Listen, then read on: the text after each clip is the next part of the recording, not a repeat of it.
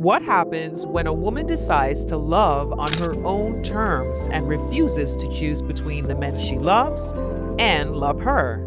Kenya Stevens is a wife, a mother, a teacher, and challenging everything we thought we knew about relationships.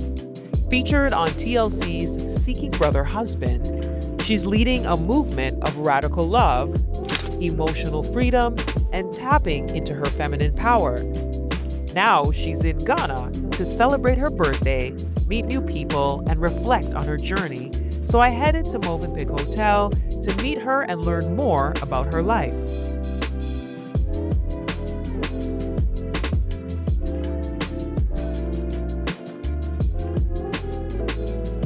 We had an engaging conversation.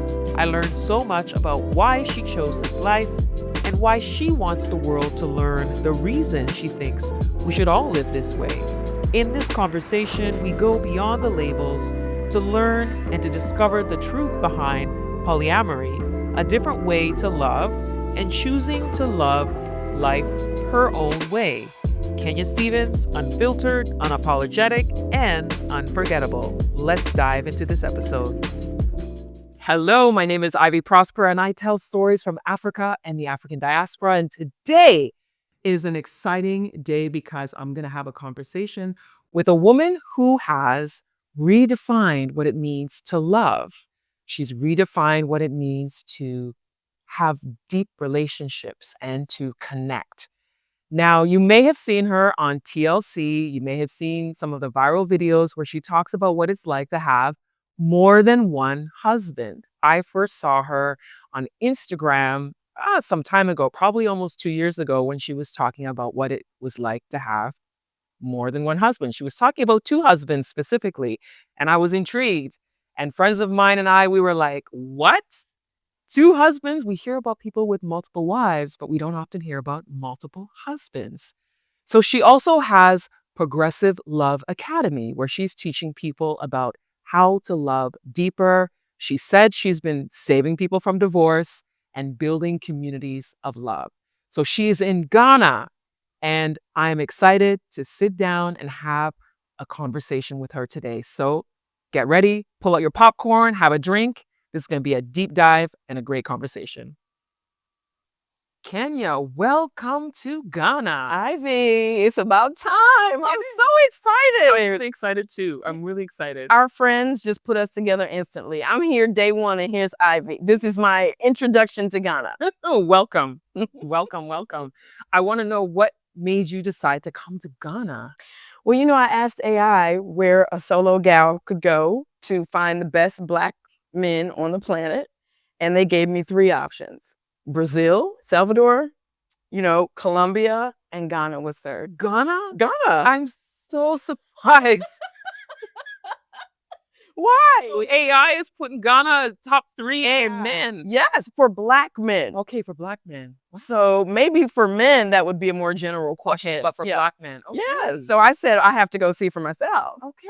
So you're here. I'm here. My husbands wouldn't let me go to Brazil by myself. Why not? Well, because I've never been. I've been to Africa many times. Okay. So they felt a little more comfortable about Africa. For a solo trip. Okay. So which countries have you been in Africa?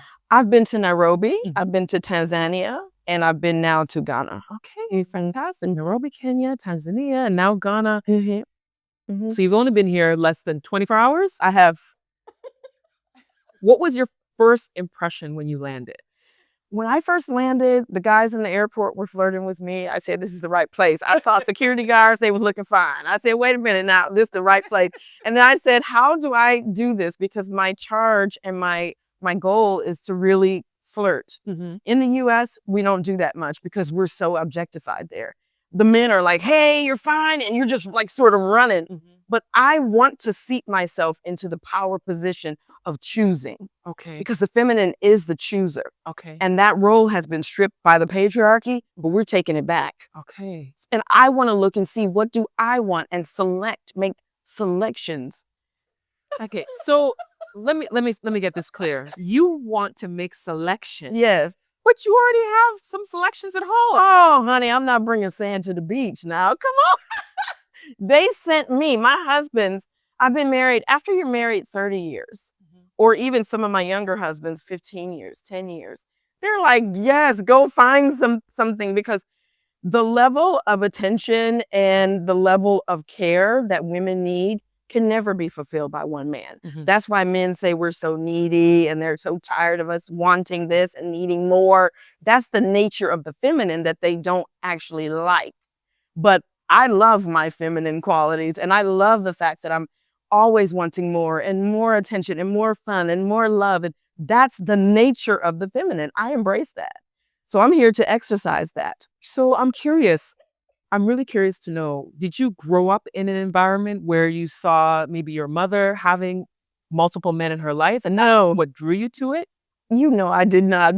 Black women have been completely subjugated when it comes to our sexuality and our sensuality, trying to avoid the Jezebel stereotype, or trying to fit into a churchy sort of saintly sexuality that is not real.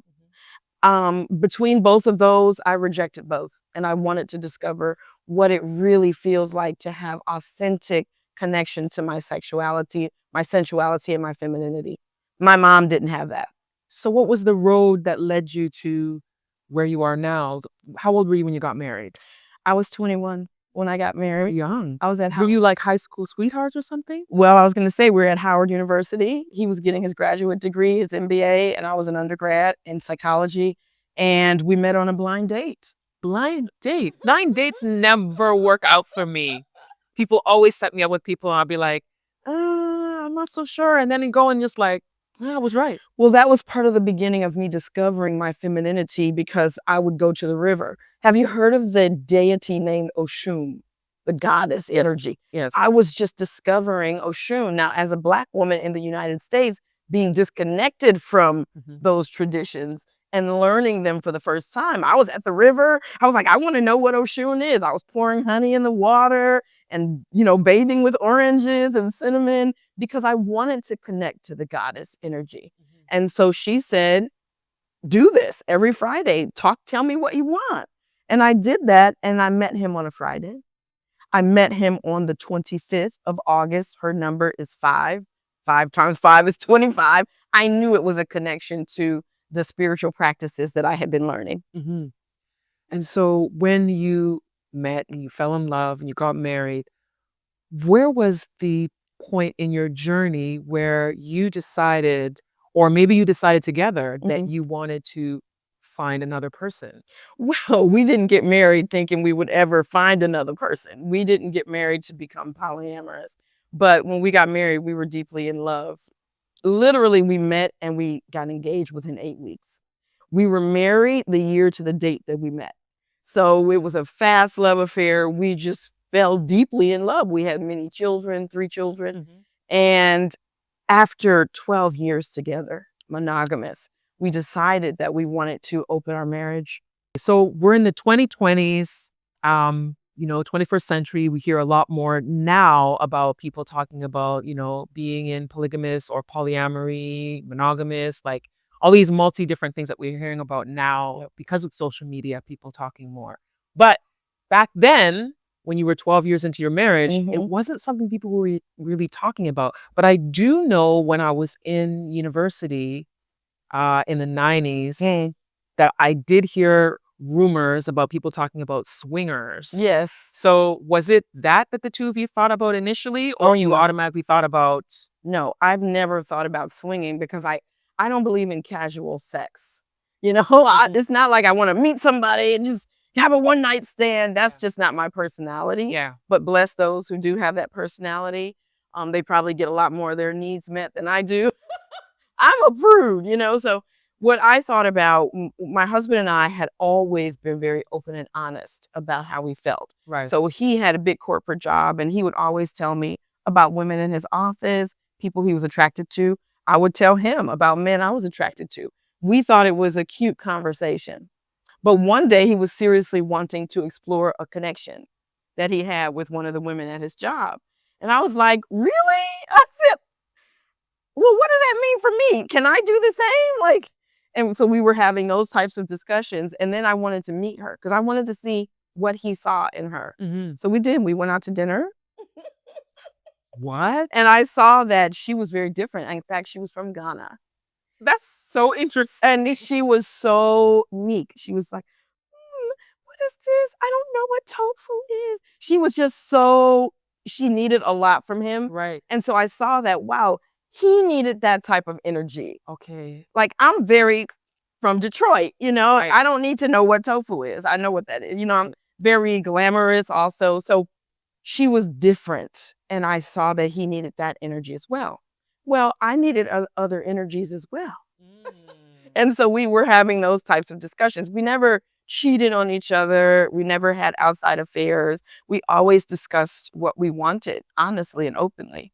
Yeah. That's so interesting. So once you met her and went home, did you have a discussion about what had happened and now you want to proceed forward? Yeah. Yes. We had a 2 years long discussion after that dinner.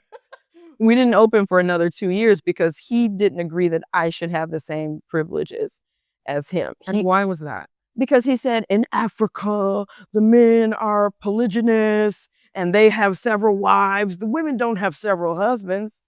And I said, I don't think that that's actually true. But given patriarchy has covered over so much of our history, and the big three religions are patriarchal: Islam, Christianity, and Judaism. They are patriarchal religions. They have a male god. And that has been covering over our ancient traditions for a long time. So I don't think we have access to the history of how women and men really did relate. So we were having deep discussions. I can imagine. I can imagine. So so at this point you had kids already. We had 3 kids. And did you think about what the kids might feel like if they saw their parents moving on with someone else? Like, not that they're leaving, but Right. they're having relations with someone else. Did you think about what the kids would think? I did. I put myself in their shoes because what I experienced growing up was dozens of divorces. I saw my aunts, my uncles. Now, fortunately, my parents never divorced, but I had to hold my parents' marriage together. I mean, when my father had an affair, I had to support my mother and support my father and help them see that they didn't need to break up because of this, you know. But this is the travesty of divorce, the travesty of us weighing our entire marriage on what somebody did with their genitals for 5 minutes, being willing to throw it all away for that reason. I wanted to move beyond that, and I wanted my children not to suffer that. I would rather my children see my husband and I having legitimate relationships with other humans that we are proud to bring into community, rather than divorcing and fighting because of what we're doing with our genitals. I think that's ridiculous. So once you made the decision Yeah. that you're going to have another relationship, so you got a second husband. Well, we Like, didn't. how quickly? Again, it was 2 years of these discussions. Yeah. 2 years on my husband trying to get into the concept that women want more as well. Right. He thought, I just never knew women would want that. And I'm like, you don't know women because women haven't been able to speak about what we actually want in many centuries without being killed or jailed or burned at the stake for it. So he was learning that women want more than what we've been receiving in marriage. And we've just not been able to speak about it. And so what more did you want? What I wanted was more attention. I had always wanted more sexually. I realized much later that one person is not even meant to fulfill all of my needs, cannot fulfill all of my needs, just like I cannot fulfill all of my husband's needs. I couldn't fulfill his need for a meek, more, timid woman. I can't fulfill that need. That's not me. So you have to get that need somewhere else. What if I need to play chess? What if I'd like to go skiing? What if I need someone who reads the same books as I do? My husband cannot be my everything, and I cannot be his everything. That is so interesting. Well, it's the crux of why we're having a 70% divorce rate currently. It's that high now? Well, for African Americans. That's really high. Oh, terribly. That's really high. I didn't know it was that high. I mean, I always hear statistics that talk about between 45 to 50%, You but know, I've never heard. the highest divorce rate for a non-secular group is born-again Christians. They have the highest divorce rate worldwide. Next is African Americans. So there are segments all over the world where it's higher or lower. Interesting. Okay.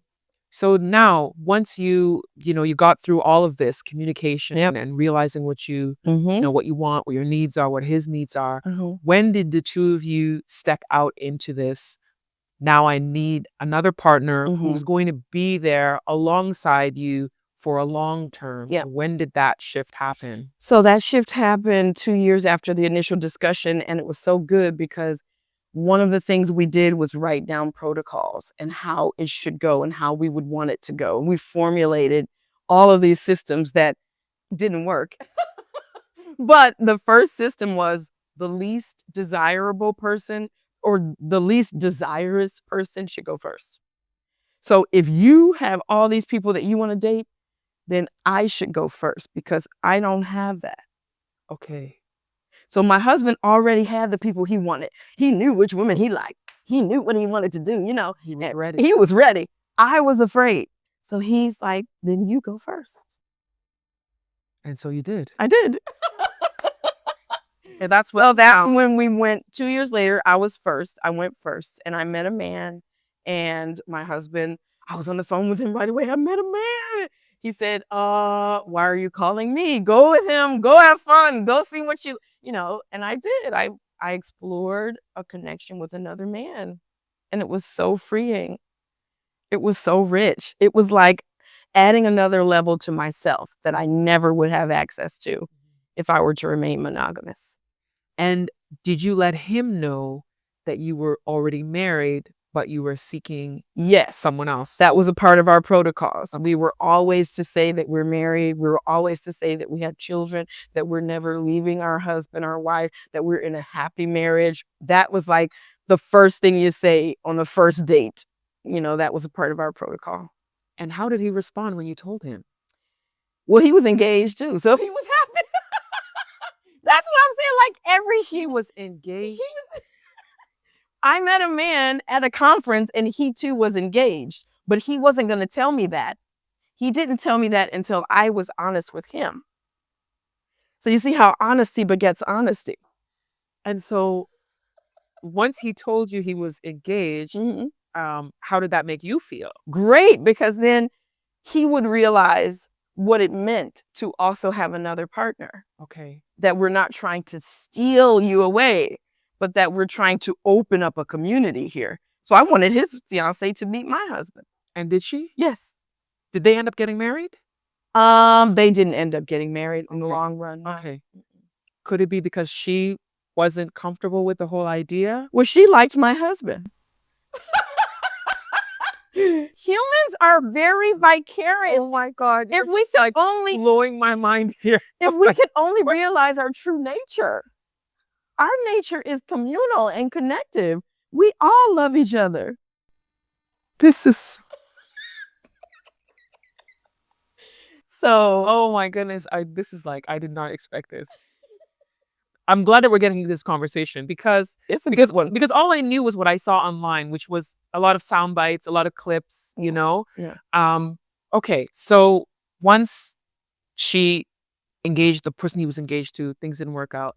But then the two of you continued. No. None of our that was our first relationship. Okay. And it didn't work out all the way around. Okay. But it was a great experiment, and it did build community, and it helped us to see what this lifestyle would be about. Yeah. Okay. So it took you some time to eventually find the person who you consider to be your second husband. Yes. Oh, yes. That was 10 years into polyamory. Okay. When I found my second husband and my third and my fourth. But this is just many years. We've been poly for 20 years. Wow. So explain to somebody who doesn't know what polyamory is. Okay. Polyamory means many loves. Poly means many. Amory means love. Okay. So it means that you can have many love, not many sex partners, many loves. Okay. So I think that swinging has to do with having many sexual partners. I'm not interested in just having random sexual partners. I am interested in having many loving long-term relationships that are valid and that support me and my children and the rest of my family. Okay. As your children got older, I'm sure they were probably used to growing up in an environment where you have this situation. Village. They didn't question Mm. because that's what that became their norm. Mm-hmm. Did they ever experience, maybe their friends when they come and visit? Did anybody have any kind of like, wait, what kind of situation is this? Yes, all of their friends did. Mhm. And their friends would actually come to our house to actually talk to men. Their fathers were not in their homes. Their fathers had been divorced long since.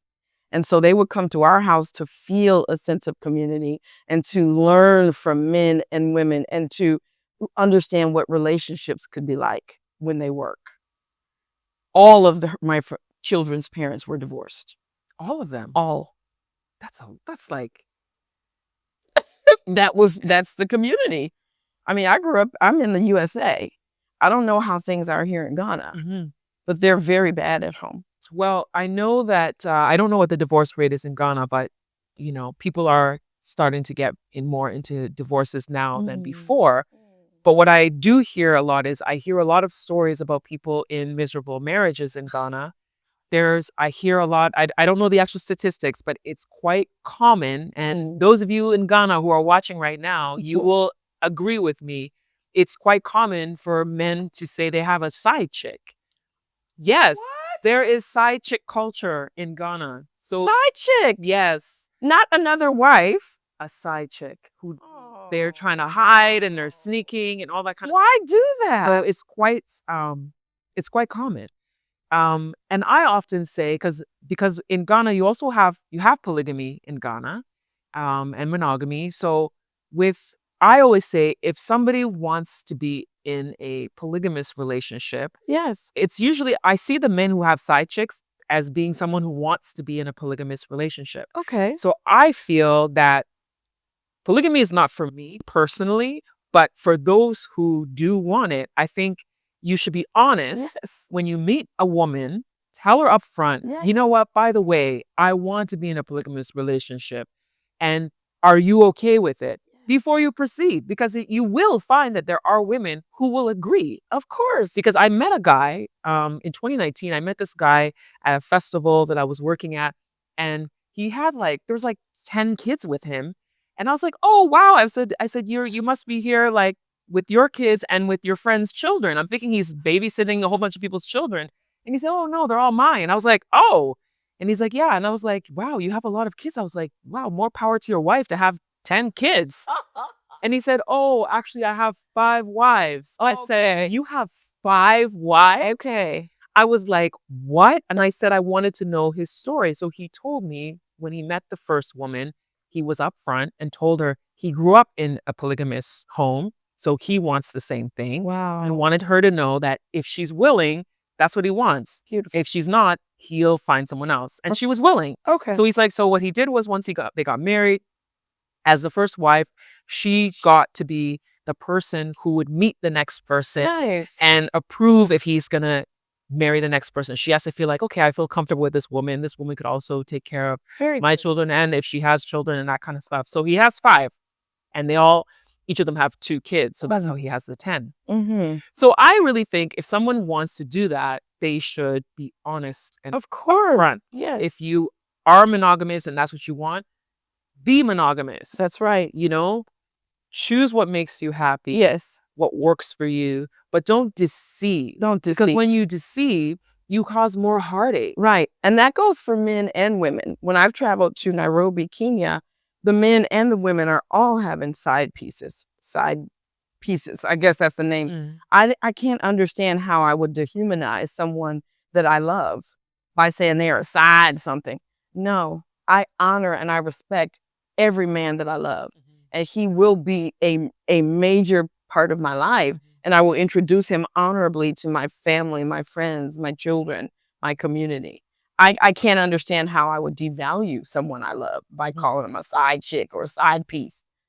And then the dishonesty is just deplorable. I understand why men do it. And it's because they don't want their wives to do it. Mm-hmm. Mm-hmm. I have to lie if I don't want this to be a part of our culture. But I can't bring it and say, hey, I want to do this, because then the wife says, I want to do it too. And now we got a problem. Right. We don't want the wife to do that. Right. So that's why they're lying and hiding. But it's dishonorable. Yeah. And it lacks courage. It lacks vision. And it's just, it doesn't have to be that way. Mm-hmm. And I think that, I mean, while we're having this conversation, you know, the global moment that we've all seen gone viral at the Coldplay concert. That's right. The global moment, like every country, people are talking about this. Like, I know I was talking to somebody in Canada, and she thought it was just people in the States and Canada talking about it. I was like, no.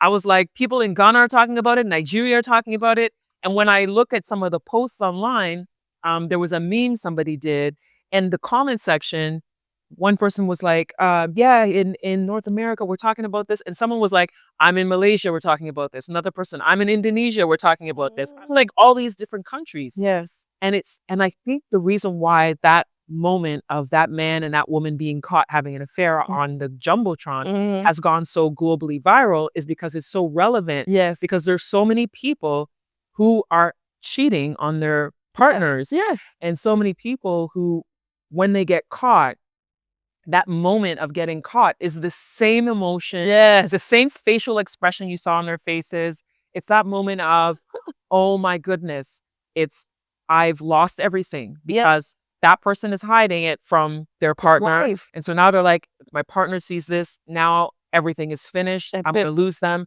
I have to find a way to save that. That's it. Because of what's happened. So I think it's become a global discussion because it's because of relevance and the so relatable. Yes. You know, because there's a lot of people who've been cheated on. I've been cheated on. But the woman was married as well. Yes, I know. And see that. I'm not blaming him. I'm saying both of them. Both? Yeah, it's not only one way. It's both of them. But I think that for a long time, people have thought that cheating has to do with men.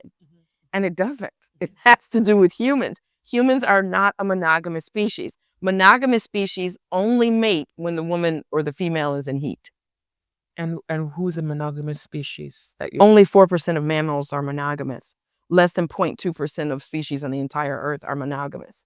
We're not a monogamous species. So to go against our nature and follow a book like the Bible, which is the only place where we find you mustn't only be with one or whatever, for women, not for men. In the Bible, men have never needed to just be with one. But for women, it's forbidden. But women are not a monogamous species. Our sensual drive is 10 times higher than that of any man. And you should be able to know that just from being a woman. You know what happens when he is done and lying there and how you feel. What's next? Okay, so we should stop playing this game. Humans are not a monogamous species. And a monogamous species, for instance, also the males have retractable penis. You cannot tell the difference between a male and a female of a monogamous species, like geese. You cannot see any external genitals. There's no protruding anything. You cannot tell the difference male and female. So these are just biological markers and indicators, traits of monogamous species.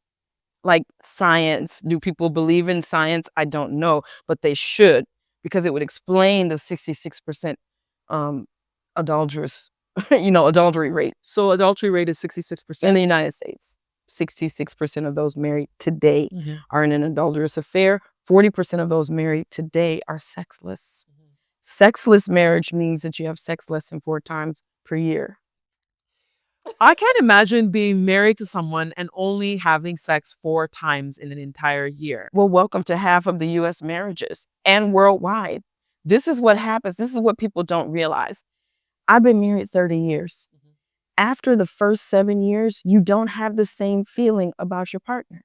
Then if you reach 4, they call that the 7-year hump. Yeah, the 7-year itch. 14 years, you hump another time where you really don't feel, you just don't feel that same level of passion. In fact, I was no longer in love with my husband at year 14. Really? Year 21. No! And this is year 28. Please. I had unconditional love for him. He was my best friend, but everyone knows, even scientist Esther Perel, some people need a white woman to understand science, because if they hear it from a black woman, it's not science. But Esther Perel is a white woman scientist who has calculated the brain's dopamine and oxytocin production and how it falls after you sleep in the same bed with someone year after year. Your literal desire diminishes to the bottom.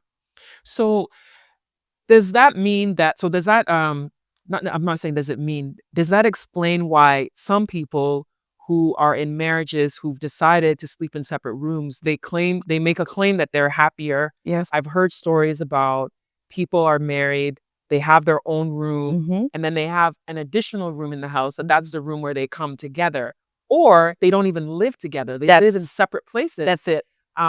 Because one big example I saw is Shirley Ralph. Sure. She's been married 20 years. Yes. Her husband lives in one state. She's in another state. Yes. They come together when they need to. And they were only just able to admit that because we have pushed out polyamory so far into the mainstream. Right. Because they've been doing it for 10 or 15 years. Nobody knew. No one knew.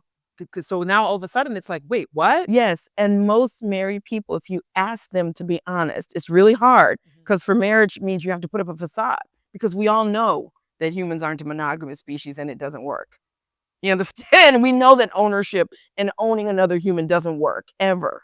Do you see it as ownership? Oh, that's what it is. Look at the contract. It's ownership of a woman. That's what marriage means in the West. That's why it was constructed. But I know people don't like to, we like to romanticize the contract of marriage and why we're entering it. In indigenous culture, marriage meant counting. I'm counting humans by partnering them. It had nothing to do with what you can do with your genitals or who you could love. It's that when we're about to move to our next location, we're partnered. So we're counting. This is my partner. Okay. But it had nothing to do with ownership. So we have to go deeper in our study of what marriage really means and is. But yeah, she came out with that and finally told the truth. I think when married people come and tell the truth, we can get a better, less romanticized idea. So I've never been married myself. I would love to get married, meet a partner. For me, I have that monogamy in me, but you're saying that we're not monogamous people based on science. Well, science, but we all have it trained in us from school, television, religion. Everywhere we learned was that we should be this and that this is what we should aspire to do. So that's just that's just a program. It doesn't match what we actually feel. In fact, Bergner did a study. The book is called What Do Women Want?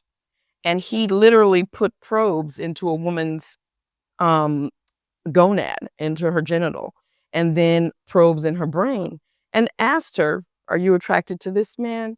Do you like this sexual act? Showed it on the television. And she said no. But her genitals responded. So women are literally taught to say, no, we don't want that because that's the cultural conditioning. But our genitals tell a different story. So we have a problem here. You see, Houston, we got a problem. Interesting. Internal authenticity is missing because culturally we're not allowed. So what do you suggest people do if you're saying that we're not a monogamous species and culturally we're not allowed? You said that we've learned this programming our whole lives. Yes. What are you suggesting people do? Well, I really don't suggest, my job is not to really make suggestions to humans. I think that everyone is doing the best that we can based on what has been passed down to us. We are beautifully thriving and you can make the choices you want to make. For me, I choose authenticity. I feel like authenticity has freed me and it's made me be willing and able to be the woman that I came to earth to be. It helps me deliver what I need to deliver to who needs it. It helps me mother. It helps me run 4 companies on 5 continents. It helps me have the relationships that I need to sustain my life force and my joy. And so I enjoy it, but that's not my suggestion. Yeah.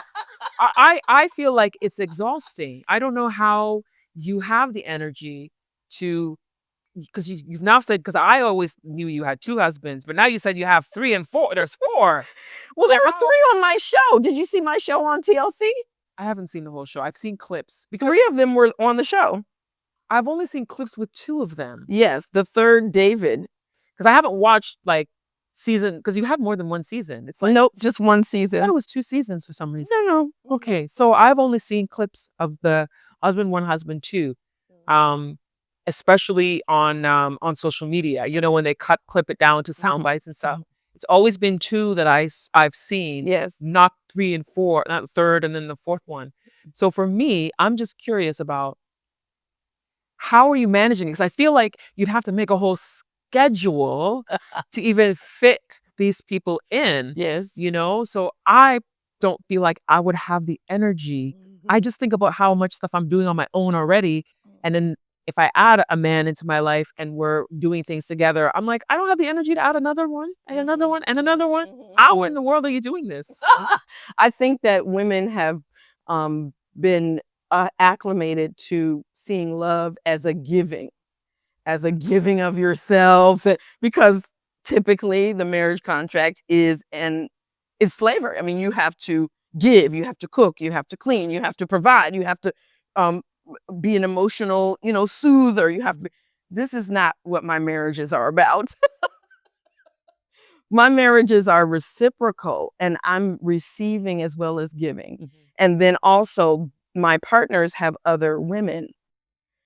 For instance, I'm in Africa for a month. You are here? And my husband is at home with another woman who's cooking and cleaning and taking care of my dogs and our children. And, and then my other husbands have other women. So exponentially, we're adding energy unto each other rather than finding one person and stripping them of everything, you understand? And nobody is refilling them, I am refilled anytime I need to be refilled. Okay. And then I give when I choose to, because if I don't want to at that day, another woman can.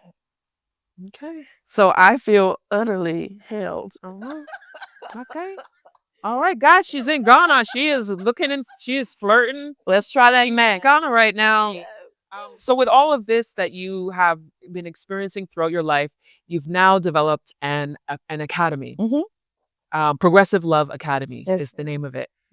What made you decide to create this to share some knowledge with other people? I had to, because when I really did stop my parents' quote unquote divorce when I was 18, and that got me into love coaching, because I looked at my father, who had taken care of us all of his life, and put my mother into business. My mother's an entrepreneur. She owns the largest dance school in Michigan, and she always educated young women in dance. And my dad supported that. So for what he did with his genitals for 5 minutes, for her to think of leaving him or ending his life, or, I was like, that doesn't logically make sense. So I supported them in understanding some of the foundational concerns in their marriage, helping them work on their marriage. Then I went to Howard, studied psychology, learned that our modern therapists haven't mastered marriage and don't know how to coach it. So I developed my own systems along with my husband. We have a new communication system. I found when I got married, my husband couldn't hold my emotion. If ever I got emotional, he became angry because I'm emotional. That's a big problem in a relationship if we don't know how to hold one another's emotions.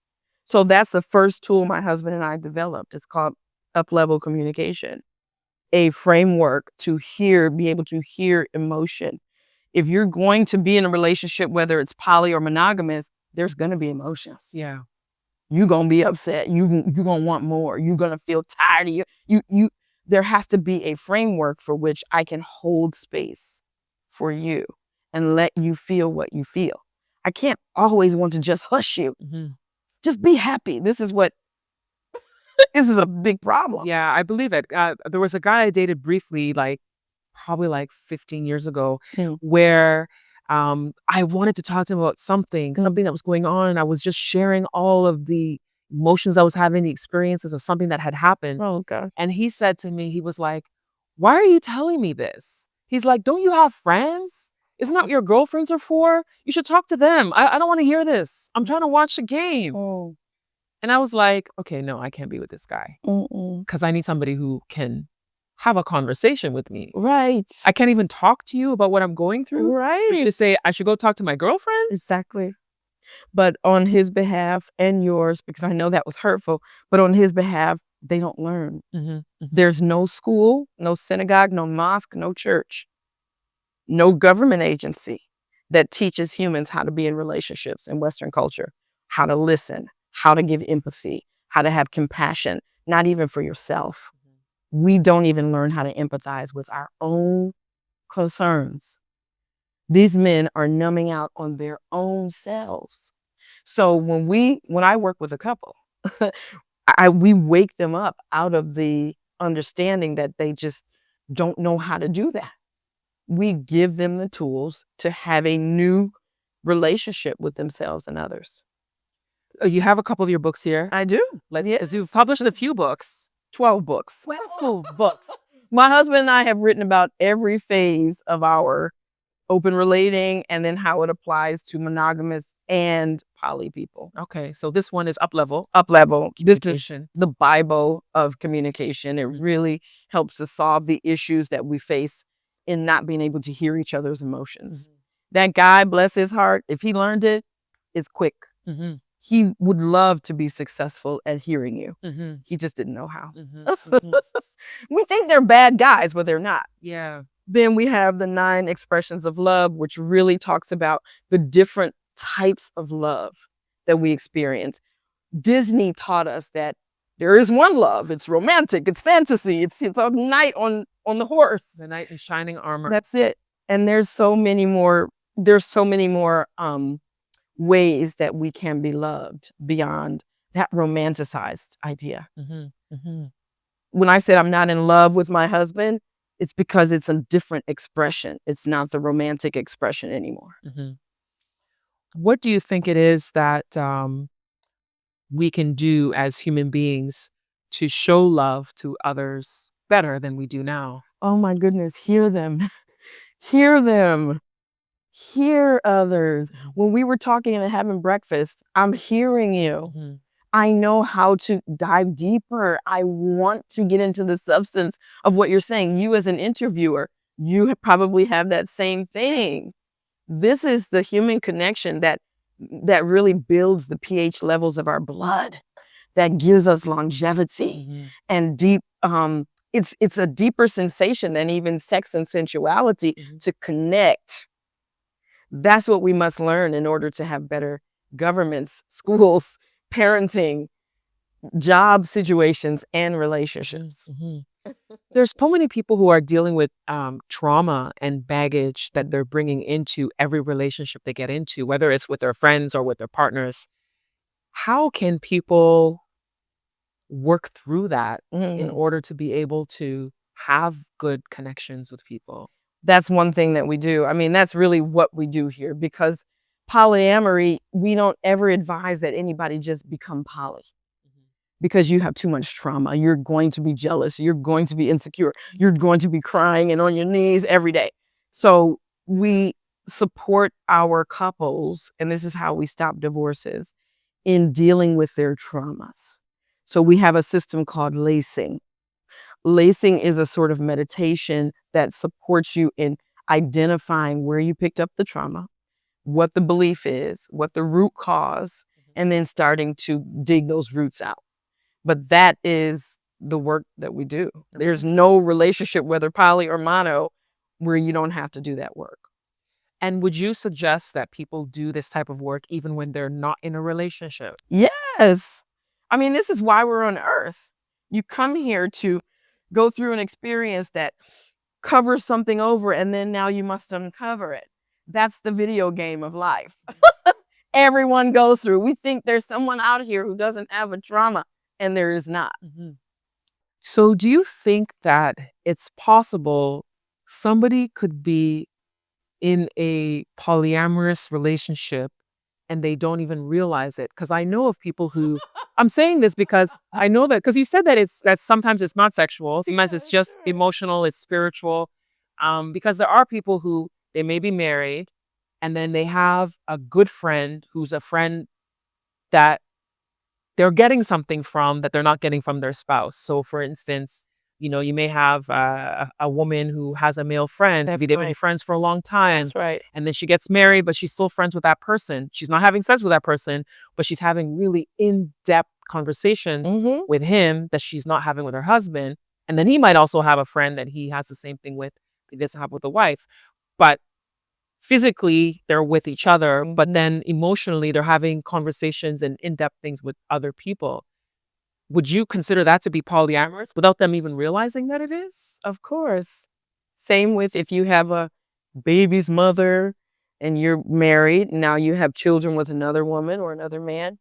Yes. We're in polyamorous relationships naturally, which is why I think everybody should come and get the tools to do it, because that's what humans are. Again, there's no way we could isolate with one person and be sustainable. Nuclear family has not proven sustainable. But there's people who've done it. We always hear that, but what is the percentage? If there are people, let's say, for instance, your child came home and got a 20% on a test. 20%, that's an F. But he said, but I got 2 correct. The system of marriage, if we only have a 50% divorce, if we have 30% of people who are successful at it, the system has failed. That's an F.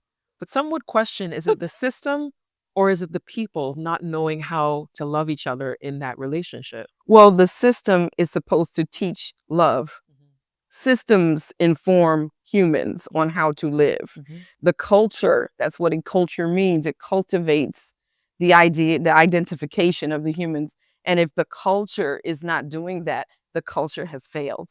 Humans cannot be held responsible like, oh, well, they're just a bad apple. No, the culture is supposed to cultivate us.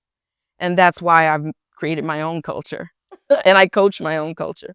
And what are your thoughts on people who are in societies and cultures where marriage isn't something that they choose the person? The family is choosing the person, the arranged marriages. Yeah. I hear about high success rates of Yeah. arranged marriages because one family has been like, you've been groomed that you're going to be the ones who marry each other. Love it. Or they found someone, they're like, oh, we've known them for a long time, not necessarily groomed for each other, but we know this family, we know that family, the two of you will be good together, and then that's who you're going to marry, and then they come together. I hear stories that the success rate of those marriages is also high. Yes. So what are your thoughts about that? Because they've learned to love each other through the marriage. They didn't come in and say we're romantically in love. They came in, cultivated a friendship, and learned to love each other over time. Yeah, I think anything would be higher than a culture that doesn't teach anything about love. I mean, I don't know what you learned growing up, but I learned absolutely nothing except from television or watching my family fumble their relationships. I didn't receive a formal education. So any culture that, yes, let's say Indian culture, I don't know what it is, but if they are teaching somehow and arranging marriages, I think that's better than nothing. However, it's still under patriarchy. So I've met women in those scenarios and they have to go along with that. It's not something that they are feeling joyous and happy all the time, but it is the culture that they've learned. I think we can do better. And we've done better. We've created a new culture. So you have 4 husbands. Yes. Are you looking for more? You're in Ghana. You said you're looking to flirt. So does that mean you're looking for more? I have men on various levels. Let's envision I'm the sun and men are orbiting around me because I'm the center of my universe, just like you're the center of yours, they're the center of theirs.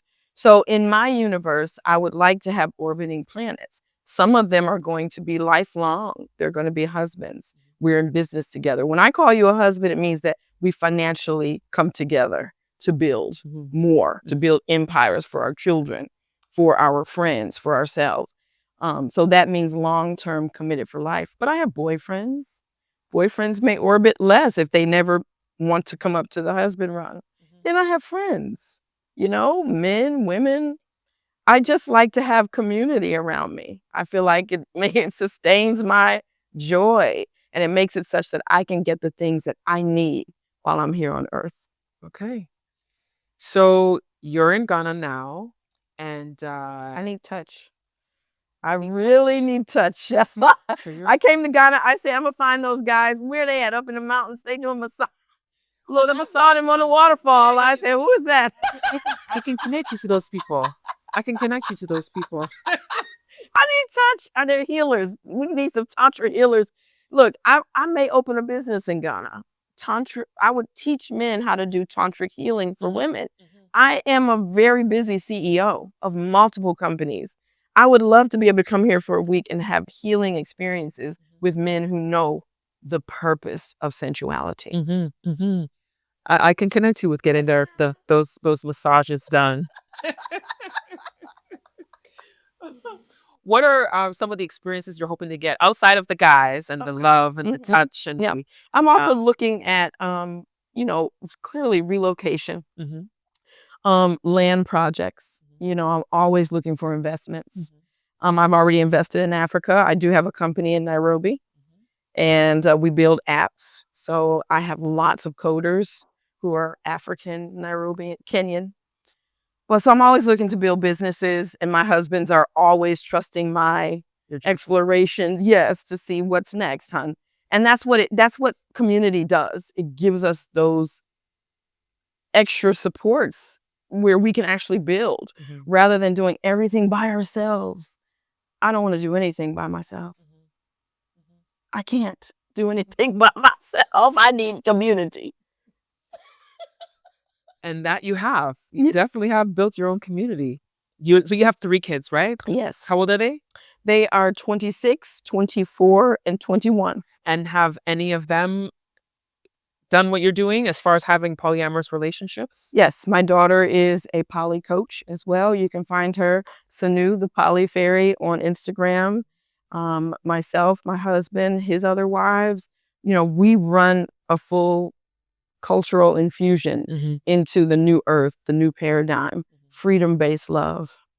Freedom-based love. Freedom-based love.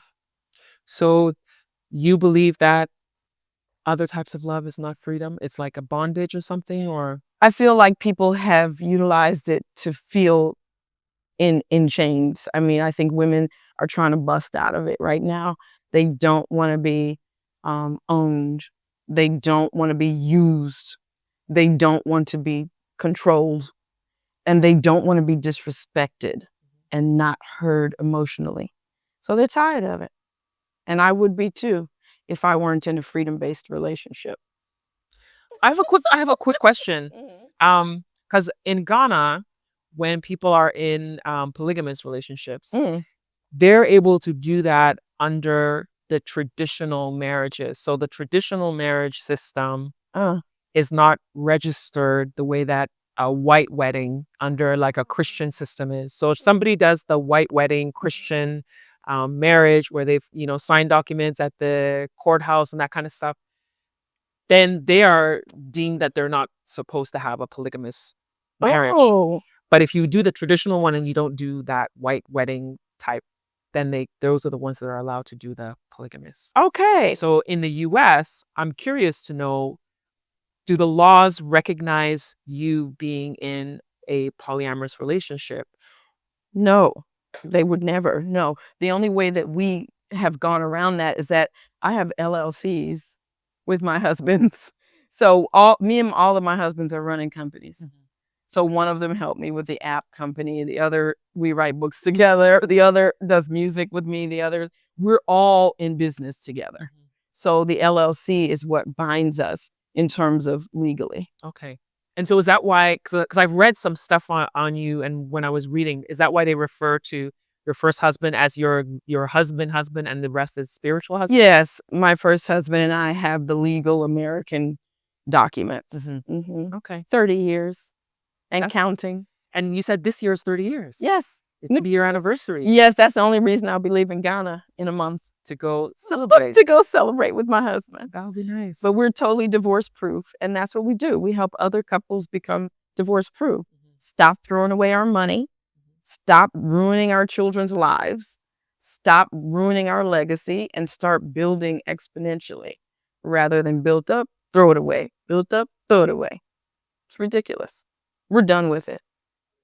Oh, this has been a really, really interesting conversation. I have heard so many things that I didn't expect to hear, learned so much about what you're doing, the life that you're living, and how people are exploring polyamory, Yeah.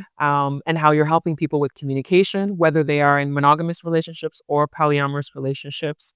Communication is the core of a successful relationship, no matter what you decide to do.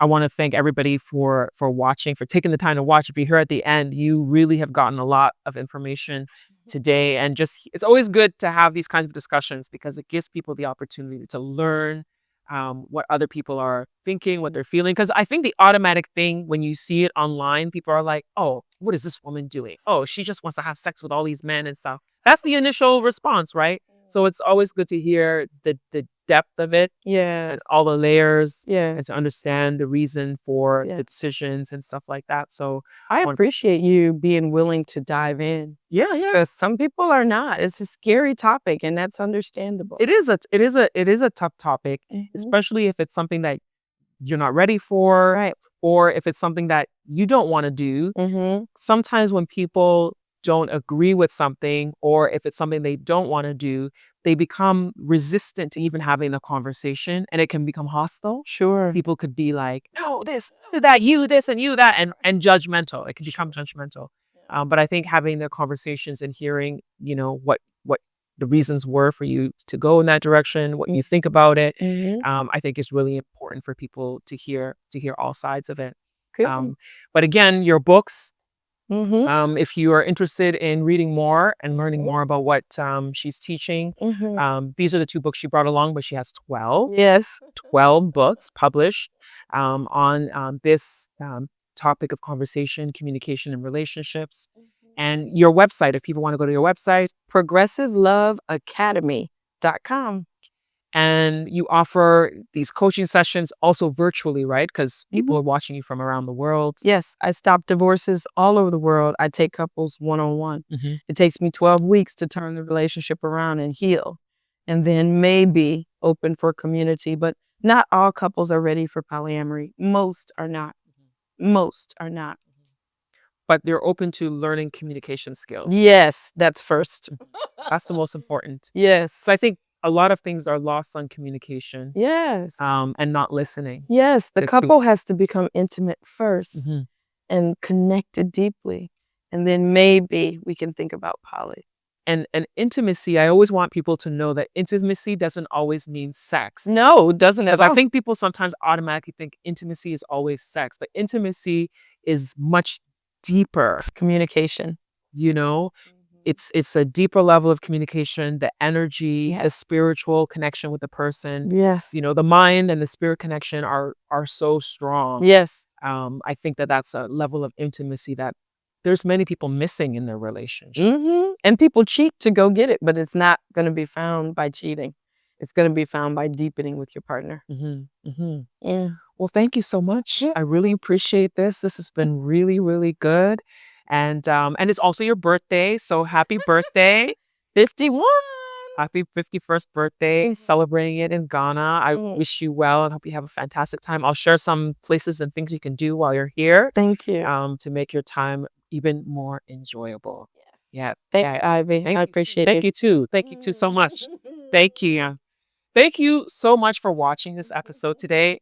This has been one of my favorite conversations, just hearing more about this lifestyle that I didn't really know much about. I mean, I see clips and sound bites and stuff, but today has been a really, really interesting discussion. So I want to thank you so much for watching today. If you like this video, make sure you share it with other people. And if you haven't subscribed yet, hit the subscribe button. Thank you so much for watching today, and I'll see you next time.